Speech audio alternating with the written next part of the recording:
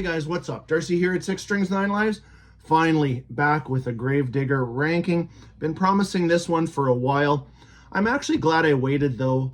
I have spent now almost 6 months with the new album, Bone Collector. Came out early January, actually the first new release that I picked up. And, you know, I don't know if it was the excitement of my first new release of the year, but I thought that album was fantastic. But it kind of calmed down a little bit and I put it into perspective. This is a big discography, and to hold that one up, near the top, I was like, I don't know. But with multiple listens now, it's settled into the middle of the pack type of thing. Good album for sure, but maybe not as good as I thought it was in the beginning.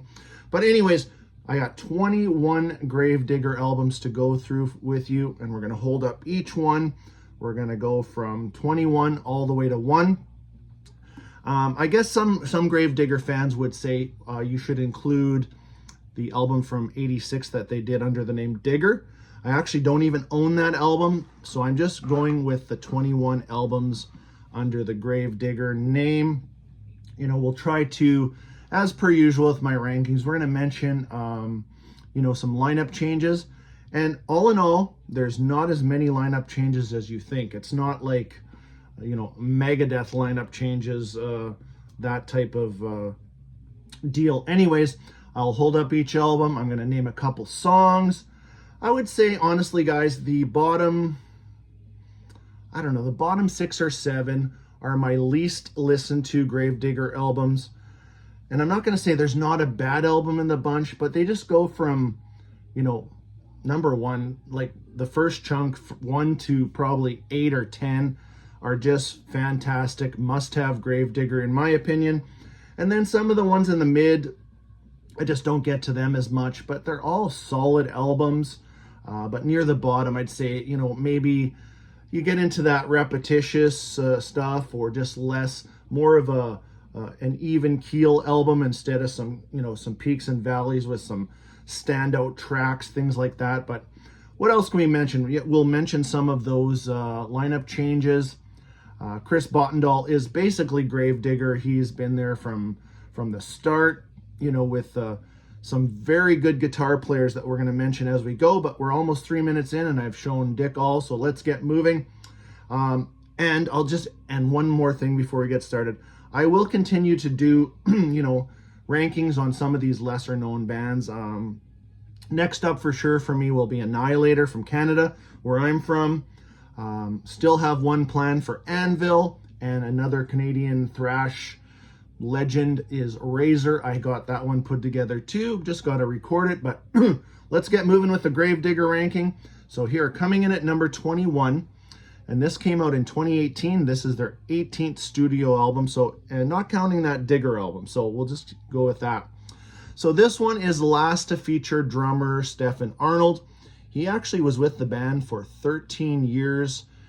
He spent time with Running Wild, a couple other German bands too. What you will notice, or maybe not notice if I don't say it, but a lot of these German players are in and out of, very high profile bands. Like some of these guys have been in Halloween, Gravedigger, they've been in Rage. Hey, I just named probably the 4 German big 4 right there. But here is number 21, The Living Dead. Now this is one of those albums where I'm just telling you, it's kind of even keel. A couple of tracks that I would say check out are Shadow of the Warrior and The Power of Metal. And let me know if you own some of these albums and where they place in your ranking. Some great artwork here with Gaila. I forget. I don't know if I'm pronouncing his name right, but he has done so many album covers for Accept. He did the new Destruction album cover, tons. But there is The Living Dead coming in at 21. Coming in at number 20 is their 20th studio album, and last to feature Axel Ritt on guitar. And you know what? It was time for a change, in my opinion, for sure. This is Symbol of Eternity. Some great artwork again on here. But yeah, you know, Axl was with the band for 7 albums in total, but kind of just got into the kind of samey near the end. And this is one of those. Lots of conceptual stuff here with Gravedigger. You know, we'll get into that here in a little while with the, you know, the Middle Ages trilogy and Scottish heritage, things like that. But what tracks I tell you check out on this one? Hell Is My Purgatory. I think that was the first single on there. But I would say Battle Cry is another track to check out too. So coming in at number 20 is Symbol of Eternity, 20th studio album. This is one of the bigger discographies I've personally tackled too. I mean, Motorhead probably the biggest, Kiss, Rush, Black Sabbath, and this is right up there with them. Overkill, 20 albums too. All right, let's keep moving. Lots to go through. Coming in at number 19 is their 2017 album, Healed by Metal. 17th studio album overall. Some very cool artwork here again. Same guy does the artwork on this one. Here's the back cover. And this one has a, where is it? Is it that one? No. Healed by Metal, great track too. And there it is, the 10 Commandments of Metal. Kind of a, a little bit corny, but it's, let me just read some of this stuff to you. They actually have it right here in the middle. So there is the 10 Commandments of Metal. I'll just read a couple off to you. Number 1, you shall not play the guitar without distortion. Okay, no problem. Number 2, you shall not cut your hair. And let's skip over to a couple on the other side. You shall never wash your metal vest. Yeah, that's pleasant. You shall defy the weather at a metal festival. So there's the 10 Commandments of Metal. So overall, kind of one of those albums that ranks right in with the past two that I showed you. Yeah, check out the 10 Commandments of Metal. It's almost like a, it's kind of Man-O-War-ish type of thing. But Healed by Metal, coming in at number 19. Coming in at number 18, their 15th overall studio album from 2012, and that is Clash of the Gods. I've only seen there is 1 or 2 rankings on YouTube of Gravedigger, and one of them is a good friend of ours, Renee from Hospa Metal. Renee from Spain, great guy, great channel, by the way. But here is Clash of the Gods coming in at number 18. Couple tracks on here you can check out. And these past few that I've shown you so far, these are all with Axl Ritt on guitar. There has only been 4 or 5 guitar players total. And each of them has stayed, quite a chunk. But check out the track Medusa, that's awesome on here too. And a track called Hell Dog. But there is Clash of the Gods coming in at number 18, which kind of, Greek mythology type of theme on this one for sure, and with the cover too, in tracks like Medusa. Moving on to number 17. This is their album. Yeah, this one kind of got lost in the shuffle. I mean, lots of shit in 2020 got kind of lost in the shuffle and not really, getting recognized, and all the COVID shit, all about that. But here is Fields of Blood, 19th studio album. So this is kind of a return to, that Scottish heritage, the William Wallace. I don't know if it's exactly a continuation of the story. I don't get that super deep into it. For me, it's always the music first, the lyrics and things like that. The storyline is fine. I mean, you can get a great story like an Operation Mindcrime or Seventh Son of a Seventh Son. But for me to really dig deep into the lyrics and the theme, I usually don't. But anyways, number 17. And what do we got? Oh, very hard to read, but there is, check out Lions of the Sea. That is a great track from here. And The Heart of Scotland. those would be two, but Lions of the Sea is a superb track to check out. So there is number 17.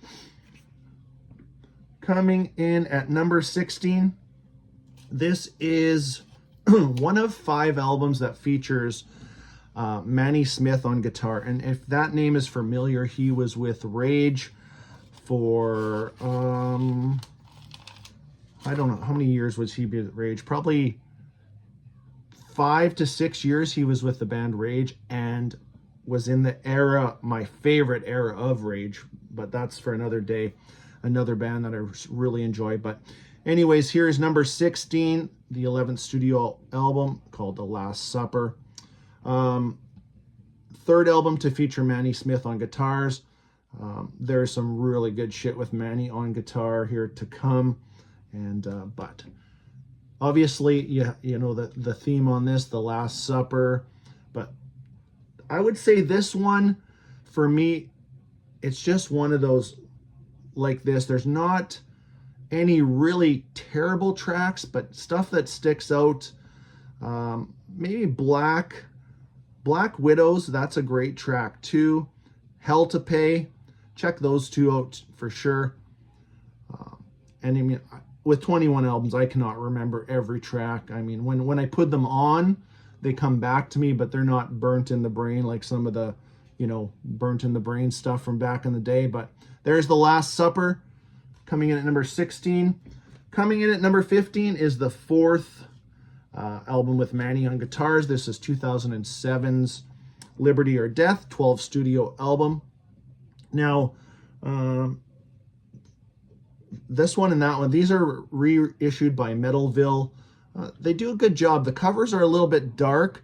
I don't know what the original, you know, if it was lighter or not. I don't have anything to compare it to, but, and there is, I didn't mention, but there's 2 Gravedigger logos overall. They've, I'll show you the comparison as we go. But anyways, number 15, Liberty or Death. Check out the tracks. Where is it? Actually, the title track is pretty awesome. And Shadowland. But overall, I really enjoy this one too. This is kind of 15 to about number 8 is kind of Gravedigger albums I get to a little bit more than the ones I've already shown you. But there is number 15, Liberty or Death from 2007. Now, I had mentioned earlier about the Bone Collector, and I remember saying, man, this is the best album that they put out since probably Return of the Reaper. But that actually just settled down, and here's the spot for Bone Collector, number 14. I'd be curious to see what you guys think, because yeah, initially I was really hot on this album, but like I said, it just kind of settled into its spot. So 21st studio album from just released here in January 2025. First album to feature new guitar player Tobias or Toby Kersling. I forget which band he was with before. Just let me know in the comments.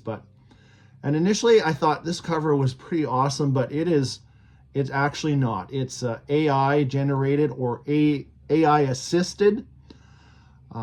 I would much rather somebody who's a painter or an actual artist took this and made it more just real looking. I like the concept of it, but this AI shit, it's not for me. And I hope bands aren't just doing that to be, you know, tight on the budget and saving money. I understand that too, but in the long run, I don't think it's a good way to go. But anyways, Bone Collector. Yeah, right out of the gate, we had the title track, awesome. Kingdom of Skulls was the first track they released, I believe. Killing is My Pleasure. They did, excuse me. Killing is My Pleasure they released. And then there is The Devil's Serenade. That's a great track too. I forget which track it is. There's stuff that even almost sounds like, kind of like Raven in here too, if you're a fan of that band. But there's Bone Collector coming in at number 14. Coming in at number 13 is probably one that a few people might have higher on the list. Now, I wasn't I was aware of Gravedigger back in the day. The only album that I heard was probably Heavy Metal Breakdown, and got into the whole band much later. And as you'll see as this ranking goes, there is a period of Gravedigger in the 90s that I absolutely love. But anyways, on to the ranking. Number 13, coming in at number 13 is Witch Hunter from 1985. This is their second studio album, I think still with Peter Mason on guitar. But this is a really good reissue from Noise BMG. Their first 3 albums came out on Noise, and also the Digger Stronger Than Ever also came out on Noise. But yeah, tracks to check on here. Witch Hunter, the title track. Get Ready for Power. There is a cover of School's Out on here, Alice Cooper, which is okay. I know that song has been covered to death. It's almost like a song like Rolling Stones' Paint It Black. It's been covered so many times. I could be happy if I never hear that again. But here is number 13, Witch Hunter from 1985, all the way back in 1985. Coming in at number 12 is their third overall studio album. And after this, they did the Digger album, and then there was basically, between this album and The Reaper, there was a 7-year gap. But here's number 12, War Games. This is from 1986. This is a really cool reissue from High Roller. They got the slipcase on here. There's a poster inside. Because prior to this reissue, this one was very hard to get. I was happy to see it get reissued. But this one, I would say, obviously, it's a bit of a step up on Witch Hunter. And yeah, where are we? Keep on Rockin', Heaven Can Wait, great track. Favorite track on here is Let Your Heads Roll, which is a title of this compilation from Noise. So if you wanted the best of the first 3 studio albums plus the Digger album, Stronger Than Ever, this is a good start if you want the early Gravedigger. But if you want some of the best Gravedigger, in my opinion, just hold on, we'll get there. There's War Games. Yeah, War Games, which actually was supposed to be the title of Except Russian Roulette, which actually came out in the same year and was going to be called War Games, but it ended up being called Russian Roulette. I don't know if this had anything to do with it or which album came out first, but I think maybe one company just thought maybe that was just too political or too harsh. Who the hell knows? I don't know, but there's number 13. Number 12 from 86, third overall studio album. Moving on, here is the first album to feature new guitar player Axel Ritt, who took over for Manny Schmidt and another guy who was only in one album, which we'll talk about here soon. But here is The Clans Will Rise Again, coming in at number 11. This came out in 2010. So I think, yeah, Axel Ritt stayed all the way till 2022 on Symbol of Eternity. So 7 albums he was in the band. Some great artwork again, and I love the Gravedigger logo. It's I'm kind of a logo guy when bands stick to a consistent logo. But yeah, Hammer of the Scots, that's a great song. But check out the track Spider. I love that track too. And I know I'm going to miss a few tracks, mentioning a few tracks on here too. Valley of Tears. You know, The Clans Will Rise Again, so another very conceptual album, start to finish, which I think that kind of put them in a bit of a rut at times. They didn't go with, an album like Bone Collector is just a collection of metal songs. There's no theme throughout the whole thing, so maybe spending too much time on some of these stories. But anyways, there is number 11, 14th studio album. Moving on, number 10. Now this is the one just before, so there's not a lot of gaps in their discography as far as albums. There is sometimes one after another, 80, 93, 94, 95 type of stuff like that. But coming in at number 10, 2009's Ballads of a Hangman. Not much for ballads on here, but there is some great artwork. Let me just pull that out of the sleeve. Bit of a glare on that one. But this one is the fifth and last album to feature Manny Schmidt on guitar, but it also features Thilo Herman, who was also on a couple of my favorite Running Wild albums. He was on Black Hand Inn, Masquerade.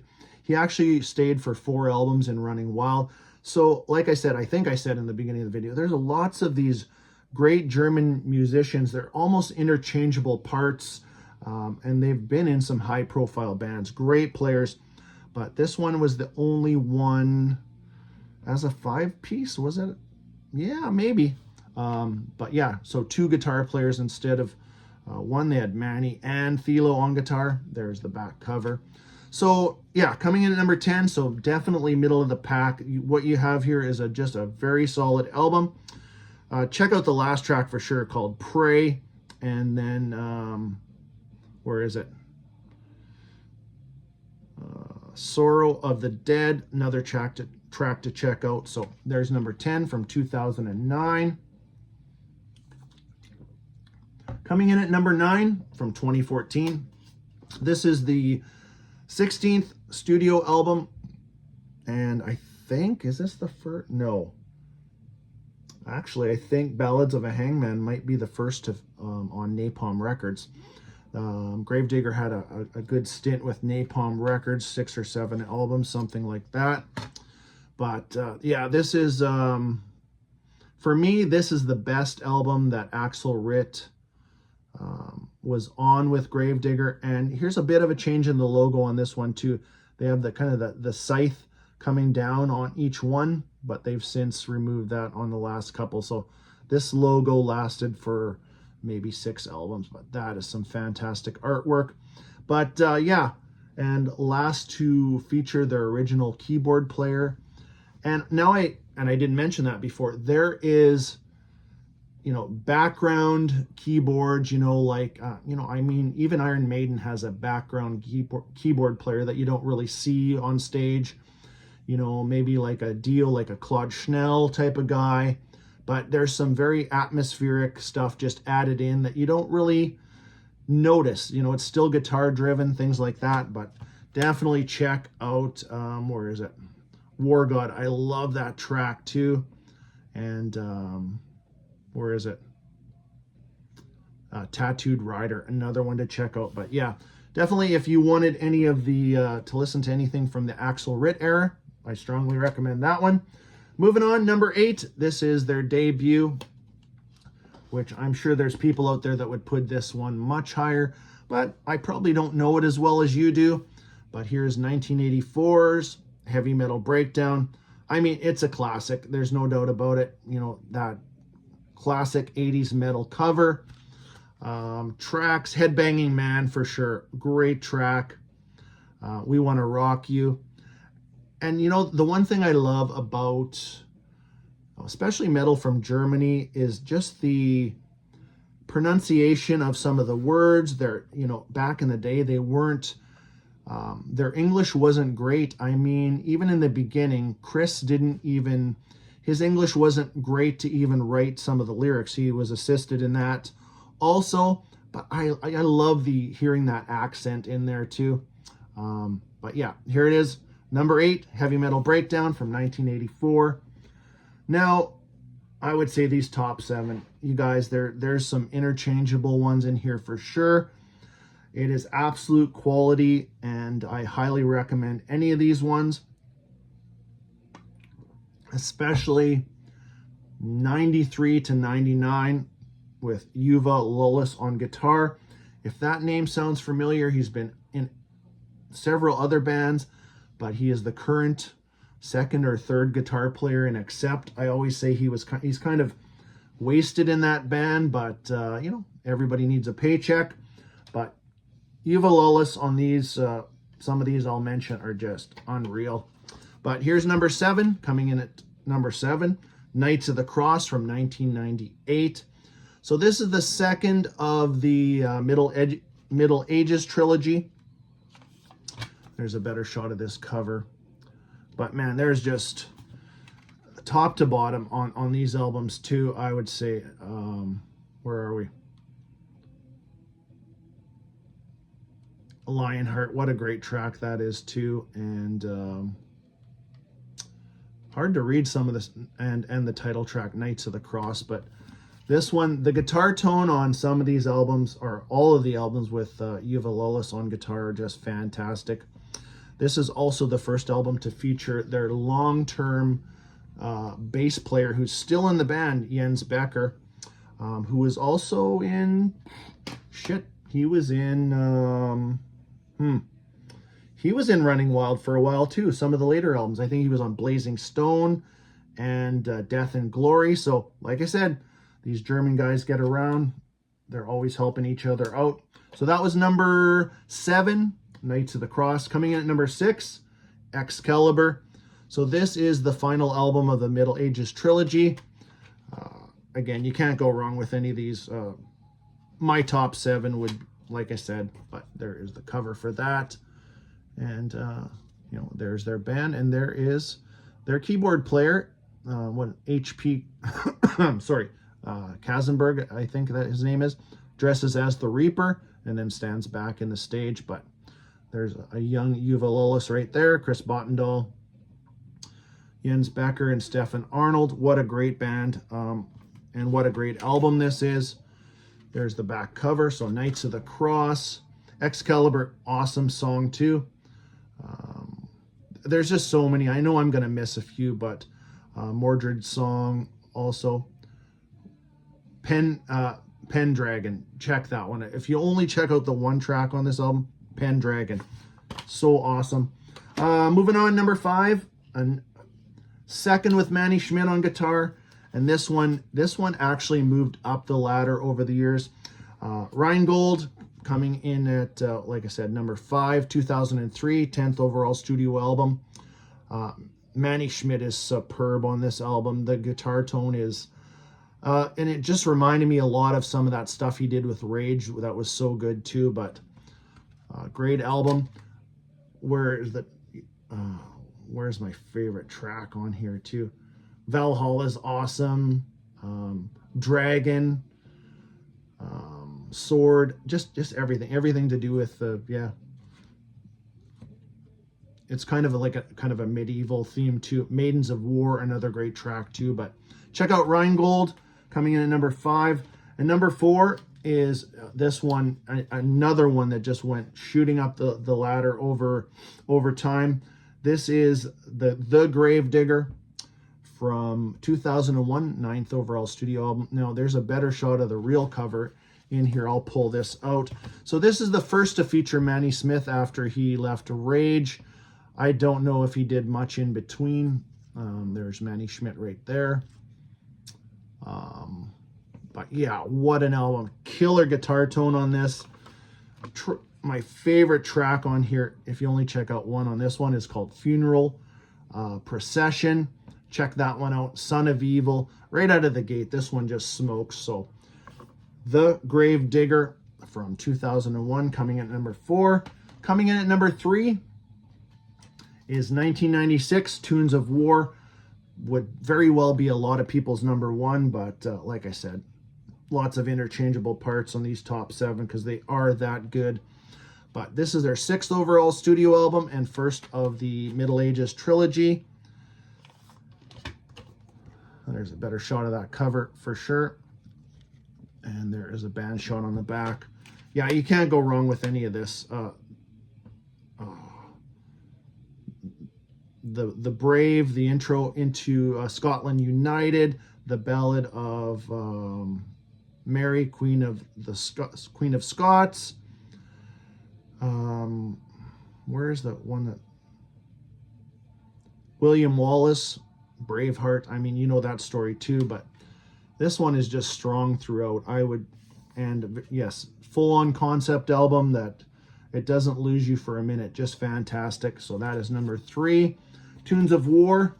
Coming in at number 2 from 1995 is Heart of Darkness, 5th overall studio album, and second, I guess technically it would be the third to feature Uwe Lullis, because he was on the Digger album too. I believe he was, but anyways, Heart of Darkness, this thing is just awesome top to bottom. There's a band shot right there. You can check out anything on here. Shadowmaker, great track. The Grave Dancer. Circle of Witches, that is a killer track too. 9 tracks running in around 55 minutes. Just a superb album. There we go. Heart of Darkness coming in at number 2. And coming in at number 1 is 1993's The Reaper. 4th overall studio album. And yeah, 7-year wait for this, technically since the last Gravedigger album, War Games, but definitely worth the wait. This, there is a bit of an intro into the song The Reaper. Okay, so the intro is called Tribute to Death, and then right into the song The Reaper. That guitar tone at the start of the song for The Reaper is one of my favorite guitar tone albums, whatever I've ever heard. This is just pure metal. As I mentioned earlier, bands like that these guys fall in, Running Wild, are right in this category. Just different, little bit different themes in their music. And then you got Halloween, which is more on the power metal side, and Rage, which is kind of a mixture of, there's thrashy elements, there's just pure heavy metal, symphonic. Whereas Gravedigger, they've always just stuck mostly just to metal. I would never consider them a full-on power metal band, not in the least. But anyways, back to my number 1, The Reaper. Go check it out. There's just check out the whole album. Tell me what you think. Tell me if you're a fan of this band. Let me know. I know there's a lot to take in here, but name your 5. Name your 5 top 5 in the comments. Always love hearing from you guys. Hope you enjoyed that one. Until next time, stay heavy.